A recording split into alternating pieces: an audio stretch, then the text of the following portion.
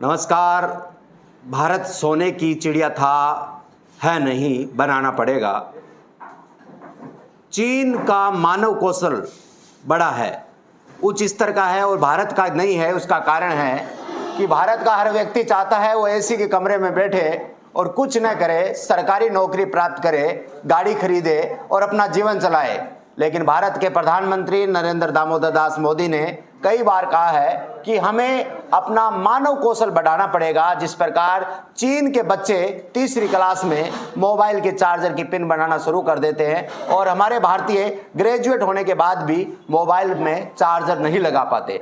लेकिन राजस्थान के चूरू जिले की सुजानगढ़ तहसील मुख्यालय पर एक ऐसा व्यक्ति जो पहचान का मोहताज नहीं है, जिसने कई प्रकार से लोगों को रोजगार देने का प्रयास किया, आज राजस्थान का सबसे बड़ा मोबाइल ट्रेनिंग इंस्टीट्यूट का मतलब मोबाइल रिपेयरिंग सीखने का काम यहां शुरू किया गया है। हमारे साथ प्रेम मोबाइल के एमडी मैनेजिंग डायरेक्टर सरवण जी हमारे साथ, हम उनसे बातचीत करेंगे। सरवण जी, सर्वप्रथम तो आपको बधाई आज कि आपने आज इस विशेष दिवस के दिन भारत के लोगों को रोजगार उपलब्ध करवाने के लिए एक बहुत बड़ा सेटअप सुजानगढ़ तहसील मुख्यालय पर खोला है।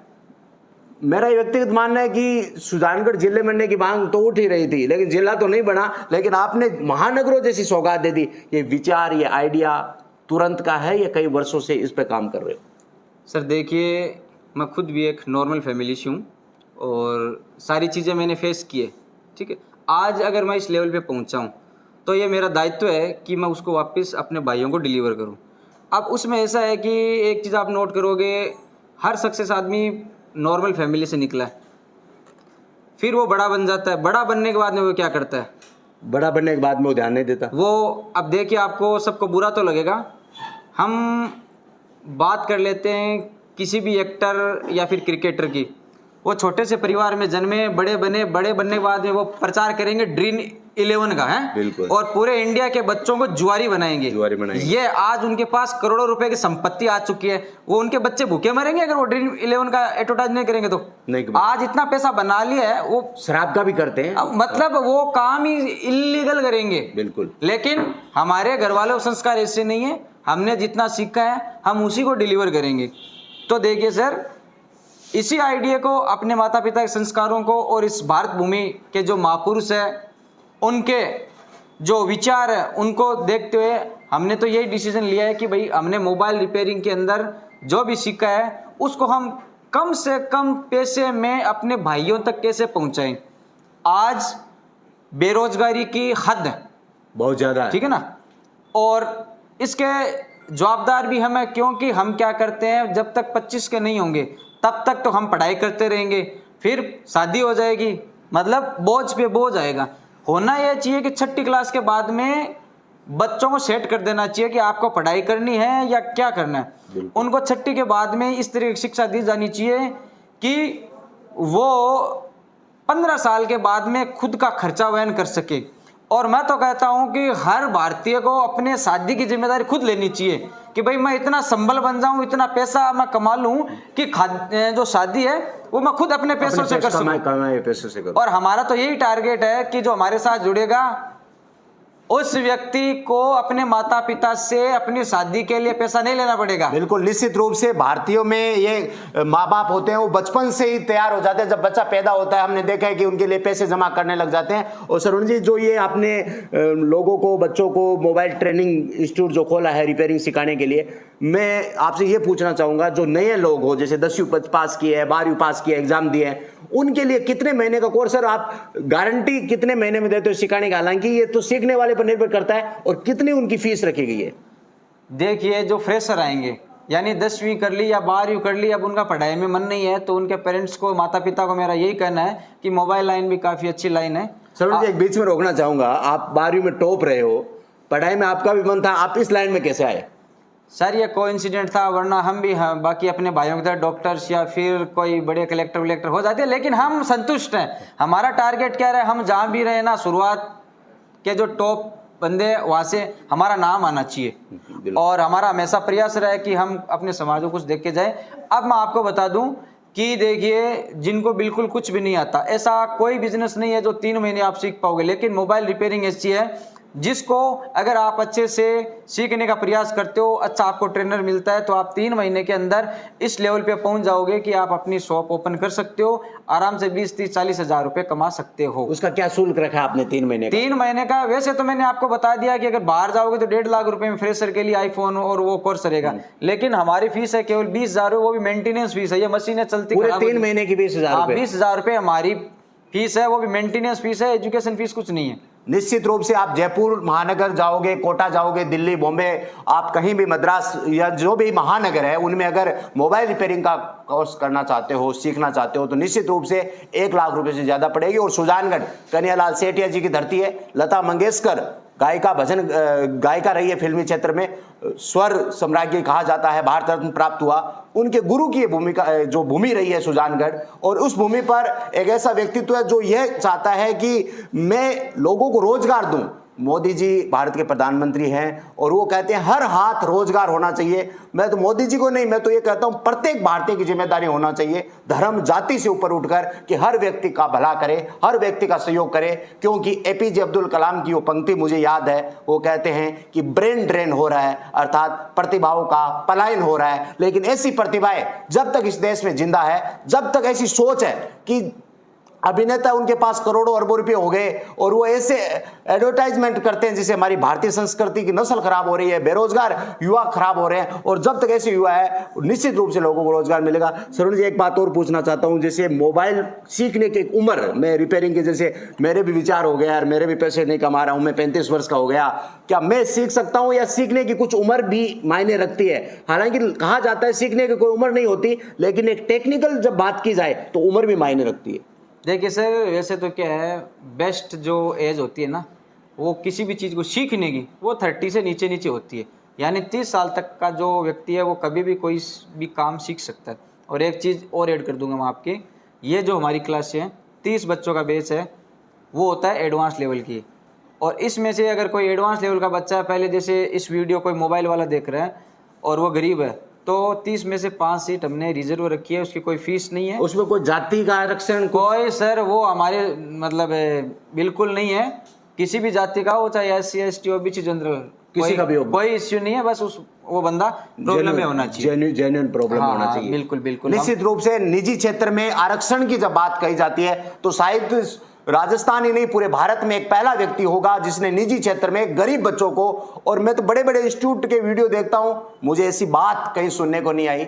बड़े बड़े मैं निजी इंस्टीट्यूट देखता हूं, एजुकेशन के देखता हूं, हॉस्पिटल के देखता हूं, जिसमें कोई ये नहीं कहता कि हम 5 सीट, वो भी 30 में से लगभग 20% आरक्षण, वो भी गरीब बच्चों के लिए। ऐसी प्रेरणा सरुण जी से ली जा सकती है, क्योंकि जननी जन्मभूमि से सर्वादपि गरीसी, जननी और जन्मभूमि स्वर्ग से भी बढ़कर होती है। और निश्चित रूप से सरुण जी का ये जो फैसला है, ये प्रयास है, वो तारीफ के काबिल है। सरुण जी, एक अंतिम सवाल मेरा आपसे, कि जो आपने उम्र बताई कि 30 साल तक व्यक्ति सीख सकता है, तो अगर हम सीखने की बात करें, जैसे भारत के प्रधानमंत्री नरेंद्र मोदी है, या कई प्रधानमंत्री मनमोहन सिंह जी हुए हैं, या हम बात चाचा नेहरू की करें, जहां से हम देश धीरे धीरे विकास कर रहा है, ऐसा नहीं है कि देश का विकास एक दिन में हुआ है। लेकिन जो चीन है, हमारा देश पड़ोसी देश है, हमारा पहले मित्र था, फिर दुश्मन हो गया, और कट्टर दुश्मन में आ गया है, तो चीन के लोग इतने कौशल हो रहे हैं, उसका क्या कारण है? सर, पहली चीज़ तो हो गई ना, वो शुरुआत से हमेशा नहीं इस लाइन पे, टेक्निकल लाइन पे जुड़े हुए हैं, और एक बार लाइन से स्टार्ट हो जाती है ना, तो फिर कोई दिक्कत नहीं आती। और आज चाइना इतना मजबूत हो गया है, हर फील्ड के अंदर उसने रास्ते तैयार कर लिए। हमें उन रास्तों तक पहुंचना है तो हर भारतीय को मिलकर प्रयास करना होगा। नहीं, कहा जाता है कि वहाँ तीसरी पढ़ने वाले महीने के 10-20 हज़ार रुपये तो नॉर्मल कमाता है। बिल्कुल, इंडियन भी कमा सकते हैं, लेकिन हमारे बच्चे क्या करते हैं? कुछ नहीं करते, 25 साल के हो जाते हैं। फिर अब आज की डेट के अंदर आप खुद देखो कितना मतलब है, मैं कहूँगा कि इतना अपना जो युवा है ना, वो युवा होकर भी क्या है, वो बेरोजगार है। रीज़न ये है कि वो फालतू चीज़ों पे ध्यान ज़्यादा देते हैं। ठीक है, अभी मैं बीच में ये राजनीतिक है, लेकिन फिर भी बोलूँगा, सारे पेपर राजस्थान में लीक हो रहे हैं। देखिए, पेपर नहीं होते कोई दिक्कत नहीं, लेकिन जो हो रहे हैं उनकी मैनेजमेंट तो परफेक्ट होना चाहिए ना। इतना धक्का लगा है राजस्थान के करोड़ों पढ़ने वाले बच्चों का कि आज उनका आत्मविश्वास डगमगा गया है, कमजोर हो गया। ठीक है ना। अब वो सोचते हैं कि मैं पेपर की तैयारी करूंगा, मेरा नंबर आएगा या नहीं आएगा, उनको इतना भरोसा ही नहीं है कि वो पेपर लीक नहीं हुआ। तो इतना होने के बाद में भी युवाओं ने क्या किया, युवाओं ने यह किया कि उस पर मीम्स बनाए, जबकि होना ये चाहिए था, आंदोलन होना चाहिए था। बिल्कुल, निश्चित रूप से सरोन जी ने जो बात कही कि पेपर आउट होने के बाद में युवाओं ने सोशल साइट पे मीम्स बनाए, और होना चाहिए था, क्रांति होनी चाहिए थी। वो सरकार को एक इतना सशक्त मैसेज देना चाहिए कि भैया हमने जितनी तैयारी की है उस तैयारी के हिसाब से ही ये होनी चाहिए व्यवस्था। अब यार उनकी उम्र निकल रही है और निकल रही है, और जबकि जो सेंटर का एक फैसला था जिसके अंदर सैनिकों की जो फौज की भर्ती थी उसमें उन्होंने कितना उपद्रव किया। निश्चित रूप से एक बिजनेसमैन है, एक ऐसे बिजनेसमैन जो सेवा को प्रमुखता देते हैं, प्रधानता देते हैं, और उनके दिल में भी सरकार के प्रति दर्द है, बेरोजगारों के प्रति दर्द है। सरकार के प्रति दर्द तो इसलिए है कि सरकार बेरोजगारों के दर्द को नहीं समझ पाई। सरोन जी, ये आप अपने जो ट्रेनिंग इंस्टीट्यूट है उसका एड्रेस और मोबाइल नंबर भी साझा करें, जिससे दर्शक आपसे पूरी बात करें और बात से संतुष्ट हो तब आप से आकर मिले, और आपसे आकर मिलने के बाद संतुष्ट हो तो आपसे ट्रेनिंग ले। बिल्कुल, देखिए कोई भी काम करने से पहले 100 बार सोच लेना चाहिए, उसके बाद में काम करना चाहिए। और कोई भी काम करना है तो आपको 1000 दिन उसी बिजनेस में देने पड़ेंगे। आपने कोई काम स्टार्ट किया, महीना 2 महीना 3 महीना 5 महीने में आपका वो काम सेट नहीं हुआ, आप हताश हो जाते। अरे भैया आपने 5% तो सीखा होगा, तो 1000 दिन देने पड़ते हैं। तो आपको एक मन बनाना होगा कि भाई मुझे करना क्या है, पहली चीज़ तो मैं ये बोलूँगा। अब उसके बाद में अगर आपको मोबाइल रिपेयरिंग का काम करना है, सीखना है, तो आप मेरे नंबर पट्टी पे चला दीजिए। मैं पहले आपके सारे सवालों का जवाब दूंगा, आप जो पूछेंगे वो जितना मुझे आता है उतना मैं बताने का प्रयास करूंगा। फिर अगर आपको लगता है कि हाँ ये लाइन मेरे लिए सूटेबल है, तो फिर ये skill by PM mobile repairing training centre, जो कि राजस्थान का एक एडवांस लेवल का ट्रेनिंग सेंटर है, ये आपका सालासर बालाजी के पास में सुजानगढ़ तहसील के अंदर है, और धनलक्ष्मी कॉम्प्लेक्स के अंदर प्रेम मोबाइल जिसकी मेन ब्रांच है उसके अधीन है ये। और मैं आपको यही मिलूँगा। बाकी आप मेरे कॉन्टैक्ट नंबर है 9950828549, इस पर कॉल करके सुबह 9 से रात को 9 बजे तक कभी भी इंक्वायरी कर सकते हैं। और बैच है उसकी जो एडमिशन है वो कल से लेके और 30 अप्रैल तक होंगे। उसके बाद में 1 मई से क्लास स्टार्ट हो जाएगी। उसके बाद में बीच में बैच के अंदर स्टूडेंट नहीं लिए जाएंगे, बीच में केवल बेसिक कोर्स वाले को लिए जाएंगे, एडवांस वाले को नहीं लिए जाएंगे। निश्चित रूप से सरोन जी का प्रयास तारीफ काबिल है, और कहा जाता है खेलेगा इंडिया तो बढ़ेगा इंडिया, पढ़ेगा इंडिया तो बढ़ेगा इंडिया। लेकिन हम सरोन जी के जज्बों को सलाम करते हुए कहेंगे कि सीखेगा इंडिया बढ़ेगा इंडिया। इसी आशा के साथ सरोन जी के इरादों को शुभकामनाएं, और मैं उन लाखों बेरोजगारों से भी ये आग्रह करता हूं कि आइए आप ट्रेनिंग इंस्टीट्यूट में संपर्क कीजिएगा, बात कीजिएगा, संतुष्टि हो तो आप यहां पर सीखिएगा और सीखकर इस राष्ट्र का भला कीजिएगा। क्योंकि हर व्यक्ति को सरकारी नौकरी नहीं मिल सकती, हाथ की कला होना जरूरी है, हाथ का हुनर होना जरूरी है।